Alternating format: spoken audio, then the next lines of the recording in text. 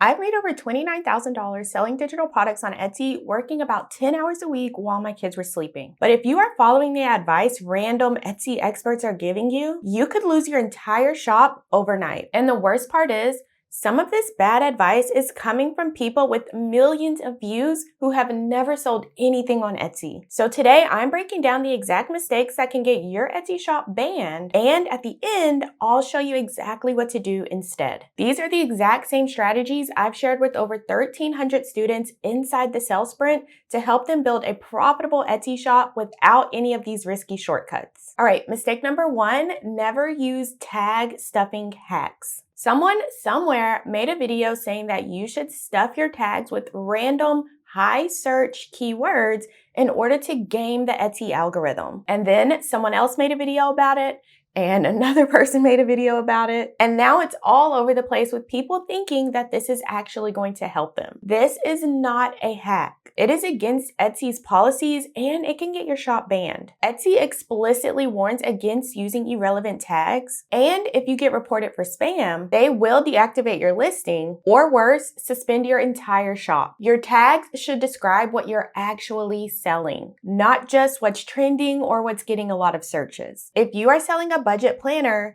don't tag it with wedding invitation just because that is getting a higher search volume. That is considered spam and Etsy knows it. The algorithm is designed to show shoppers relevant results. When you use misleading tags, you are not outsmarting the system. You are just annoying potential customers who clicked on your listing expecting something else. And whenever they immediately leave, that kills your conversion rate and tells Etsy that this product is irrelevant. So not all Etsy advice is good advice, and this hack is one that can cost you everything you've built. Now, mistake number 2 is don't use excessive or inappropriate keywords. Now, this one goes hand in hand with tag stuffing, but it's specifically about keywords that have nothing to do with your product. Or worse, using trademarked items you don't have the rights to. Now, I see this one all the time. Someone will be selling a digital planner and they'll throw Taylor Swift in there because she is trending. Or they'll add something like Disney or Harry Potter because of course those get tons of searches. But here's the problem. Using celebrity names,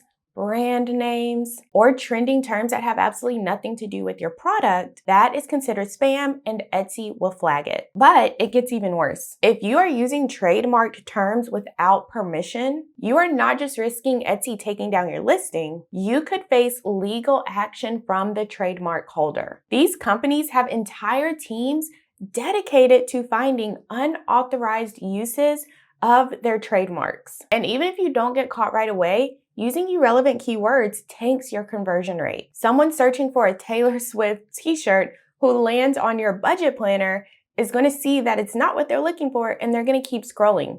When they keep scrolling, that lets Etsy know that your product doesn't belong in these search results. And the more and more people who scroll past your listing, that's just going to push you further and further down in search results. So keep your titles, your tags, and your description relevant to what you are actually selling. That's how you're going to build a sustainable Etsy shop that rewards you by giving you more traffic, not by trying to trick the algorithm with keywords that have nothing to do with your product. Now let's move into mistake number 3, never copy other sellers' exact listings. Now this is advice I see everywhere. Just find what's working and copy it. And on the surface, it can sound logical. Basically, they want you to duplicate what's already been proven to work. But here's what those people aren't telling you. Copying someone else's exact listing can lead to copyright infringement, trademark violations, or intellectual property takedowns. And Etsy does not mess around with this. Now, let me be clear. I am not saying you can't sell the same type of product as someone else or make your listing photos look similar to someone else's. If someone else is selling a chore chart and you want to sell a chore chart too, that is totally fine. Competition exists in every single market and it's a good thing. But your descriptions, your listing photos, your product, all of that needs to be your own. So yes, if you have a chore chart, there's only so much you can do with it to make it different, but try switching up the colors or switching up the format.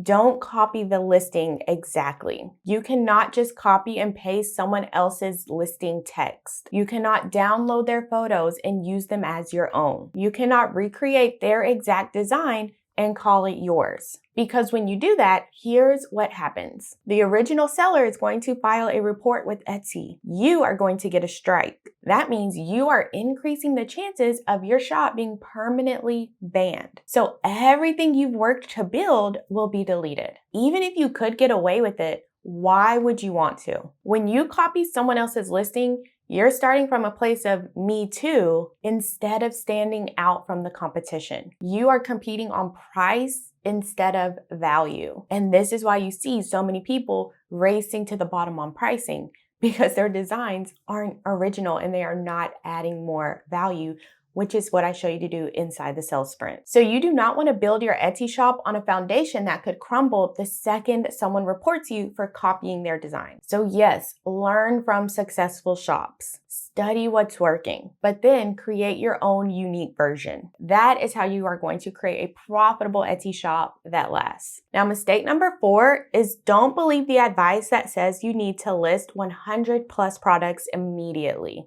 Now, this one frustrates me because it sounds productive on the surface. Just get as many listings out there as possible and see what sticks. And a lot of Etsy coaches push this approach because it feels like action. But here's what actually happens. You rush to create 100 products instead of just doing 10 high quality products. So your descriptions are generic, your listing photos look thrown together, and your SEO is half done because you're just trying to get to this magic number, and then nothing sells because quantity does not equal quality. I've seen so many people burn themselves out spending weeks creating all of these products and end up with 0 sales. And then they wonder what they did wrong. In my opinion, you are better off having 10 high quality products that solve specific problems for specific people instead of 100 rushed random listings. When I started my shop, I did not rush to list 100 products. I didn't list a new product every single day. I focused on solving problems for one specific type of person,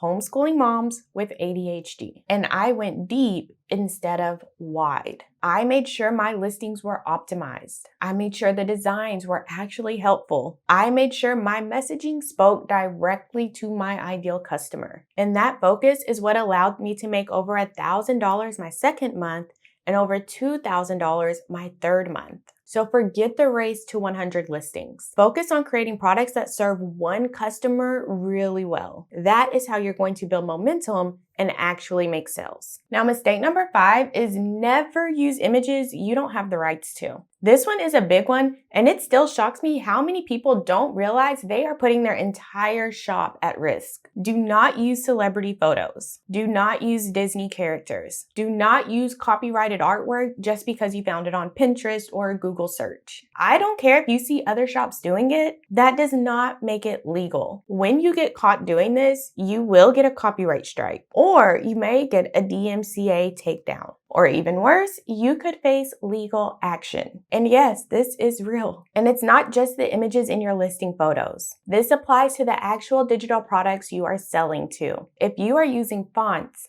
graphics, illustrations, anything like that, you need to have the commercial license to use it. I see people downloading free graphics from random websites, not understanding that free doesn't mean free to resell. It just means free for personal use. If the license says personal use only, that means you can use it for your personal use. You cannot resell it in your Etsy shop. So where do you get legal images? You can use Creative Fabrica with a commercial license. You can use Canva Pro Elements when used correctly for commercial use, or you can even create your own. But if you didn't create it, buy it with the proper license, or get explicit permission to use it, then just don't use it. It's that simple. Because the second someone files a complaint against you, your entire Etsy shop crumbles. So protect your business. Use legal images. It is not optional. Now, mistake number 6 is don't follow the niche down advice too literally. And I know this one might surprise you because niche down is like gospel all over the internet. Everybody says pick one niche and sell to that audience only. And I get where this advice is coming from. It's better to be known for something specific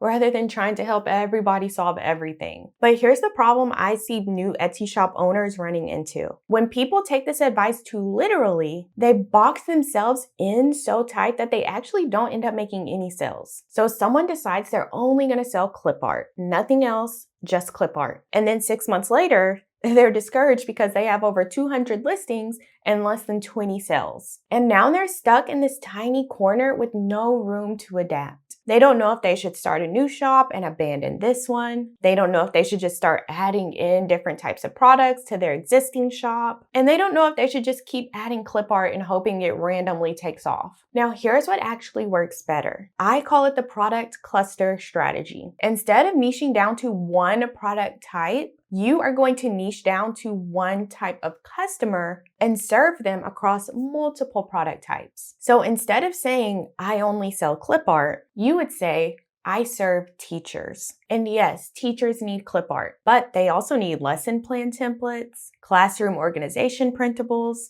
student reward charts, attendance trackers, grading spreadsheets. You get the gist. So you're still focused. You're still speaking to a specific person, but now you have multiple ways to serve that person and multiple revenue streams within the same niche. And this is the exact strategy I used to build my shop to over $29,000 in sales. I didn't just sell one type of product. I created clusters of products that all serve the same customer. And that is what gave me the stability, the flexibility, and way more opportunities to make more sales. So yes, niche down to your customer, but don't trap yourself in a box so small that you can't breathe. Go deep with who you're helping and not just what you're selling. And number 7, do not follow the advice that says you have to post on social media every day to make sales on Etsy. And this one hits close to home for me because this is the reason I almost didn't even start an Etsy shop. So many Etsy coaches out there will tell you you have to be on Instagram, you have to be on TikTok, you have to be on Pinterest. And if you are not promoting your own products, no one will ever see them. But if you're like me, a busy mom who's already juggling homeschooling, running a household, and trying to build a business while my kids are sleeping, that advice can feel completely overwhelming. So here's what I want you to know. That is not true. I built my Etsy shop to over $29,000 working about 10 hours a week in the mornings while my kids were sleeping without ever posting on social media. So no TikTok dances, no daily Instagram stories, no Pinterest pinning schedule. Because here's the truth nobody talks about. Etsy's search algorithm is powerful enough on its own. When you optimize your listings correctly and make products people actually want to buy, Etsy will send you traffic. That is the entire point of selling on a marketplace like Etsy instead of creating your own website on somewhere like Shopify or Stan Store. And I actually tested this myself. I spent months posting multiple times a day on TikTok trying to drive traffic to my Shopify store. And guess what happened? My neglected Etsy shop still made more money than my Shopify store without me posting on social media at all. That's when I realized the social media treadmill is not a requirement. It's just a distraction. Now, don't get me wrong. If you love social media and you want to use it to build a community or drive extra traffic, then definitely go for it. But it is not a requirement to make sales on Etsy. What you want to do is focus on Etsy SEO or search engine optimization. You also want to focus on creating great products that people actually want to buy. You want to focus on understanding what your customers need. That's what will make you money on Etsy. You don't need thousands of followers to make thousands of dollars on Etsy. You just need a strategy that works with the platform you're already on. So there you have it, 7 pieces of Etsy advice you should never follow if you want to build an Etsy shop that's around for the long term. And I know there's a ton of misinformation out there, and it's also hard to know who to trust. But here's my rule of thumb. If someone is telling you there's a shortcut or a hack to bypass Etsy's algorithm, you want to run the other way because shortcuts are what get shops shut down. The best approach is to build your shop using Etsy's terms of service. Yes, it takes longer than the hacks. Yes, it requires more effort upfront, but you won't lose months or even years of hard work because your shop gets suspended. And honestly, When you do it the right way, when you focus on serving your customer, creating high quality products, and working with Etsy's algorithm instead of against it, that is when you build something real, something sustainable, something that can actually pay for a family vacation. And that's exactly what I teach inside the Sales Sprint. It's my step-by-step program that's helped over 1,300 students start profitable Etsy shops without any of these risky shortcuts or the social media overwhelm. So if that sounds like exactly what you've been looking for, a way to make money from home that's profitable and sustainable, you can grab the Sales Sprint at the link in the description. And if you're sitting there thinking, okay, I know what not to do, but what should I be doing? I've got you covered. In this video, I show you exactly how to make money on Etsy from day one. So click the video on your screen and I'll see you over there.